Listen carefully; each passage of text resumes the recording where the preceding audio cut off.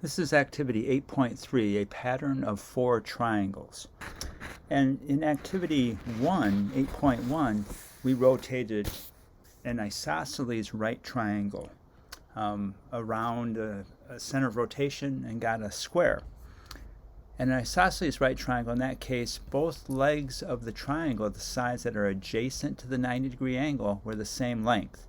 In this case, those lengths are different. So the length of the legs that are adjacent to the 90-degree angle in this case are a different length. So you're going to get a different pattern when you do the rotation. So in the first case, we're going to rotate triangle ABC to C, D, and E. So that's a 90-degree rotation. And so the question is, where is the center of rotation? And you can guess just by the way that this is set up that the center of rotation is going to be right in the middle of the square. Either the smaller square or the larger square, they are both the same. But we can prove that. We can show that that is the center of rotation.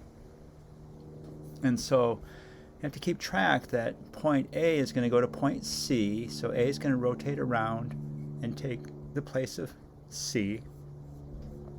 B is going to rotate over here and become D. And C is going to rotate down here to where E is. You have to know that because we're going to connect the corresponding points, and we're going to draw line segments that are perpendicular to the midpoint of those line segments that connect the corresponding points. A lot of words there, but you'll see, and we've done this before.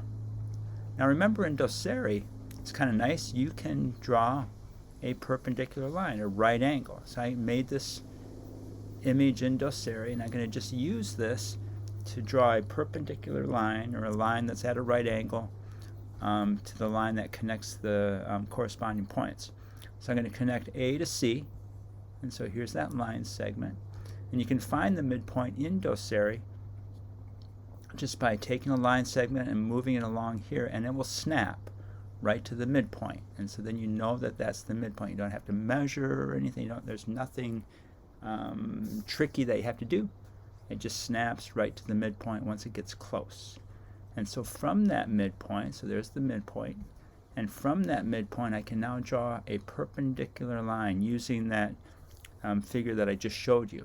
So I just line it up, and so the right angle goes in this direction, and it goes through the square. Okay, now I'm going to do the same thing with the other two pairs of corresponding points. So here's B to D. Its midpoint is right here. So I'm going to draw a line that's perpendicular to that midpoint. It actually goes through the same point here. It has to. It's the center of rotation. And here's C to E. The midpoint's right here. And here you can see a little bit better that I'm using that figure that I showed you to draw this perpendicular line. And again, it goes to this center point. So that is the center of rotation. Now we're going to use that to do a couple more rotations. So there's the center of rotation, and it forms a 90-degree angle if you draw arrows from A to that center of rotation and then to C. It's a 90-degree angle. Same thing with B to the center of rotation, then to D, a 90-degree angle, and C to the center of rotation to E, a 90-degree angle. All right, so now we're going to rotate this triangle ABC, the pink one, 180 degrees. Now remember, that's entirely on the other side, so you can draw, you can imagine going through the center, and this is going to land on the opposite side of the image, an equal distance, by the way, from the center of rotation. There's the A to C once again, B to D. I think I'm just adding this one is the reason I did that, to show you that it has the same center of rotation. Alright, now we're going to rotate this triangle 270 degrees. So this was 90 to here, 180 here, and 270 to here. So A ends up down here at G. So A goes to C, goes to E, goes to G, H, B to D to F to H, and so on around. And notice that it has the same center of rotation. So this goes to the midpoint of the corresponding points. corresponding points are H to B, goes to the midpoint here. The corresponding points are H to F, goes to the midpoint here. All those lines from those midpoints, perpendicular lines, all intersect at the same center of rotation.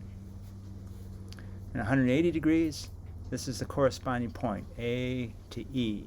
The midpoint is right here. Corresponding points are B to F. The midpoint again is right here. And the corresponding points are C to G. The midpoint is right here. And so the center of rotation is the midpoint of, for 180 degree rotation, is the midpoint of the lines that connect the corresponding points. And to kind of finish this out, draw an angle from A to G. It's a right angle. This is a 270 degree rotation. So this angle actually is 270 degrees. From B to H, this angle is 270 degrees. And from C to A, back to A, this angle is 270 degrees. Connect the corresponding points, A to E, B to F, C to G. For a 180 degree rotation, so this is a 180 degree rotation from this pink triangle all the way around to blue triangle, I connected each of the corresponding points.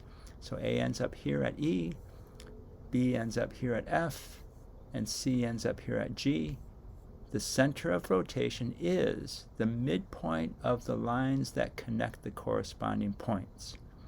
So just go to the midpoint, and that is going to be the center of rotation for a rotation that is 180 degrees. This only works for a 180 degree rotation because it's just flipping everything to the other side, exactly to the other side. All right. Rotations of a right triangle where the lengths of the sides are not equal. So it's not an isosceles right triangle.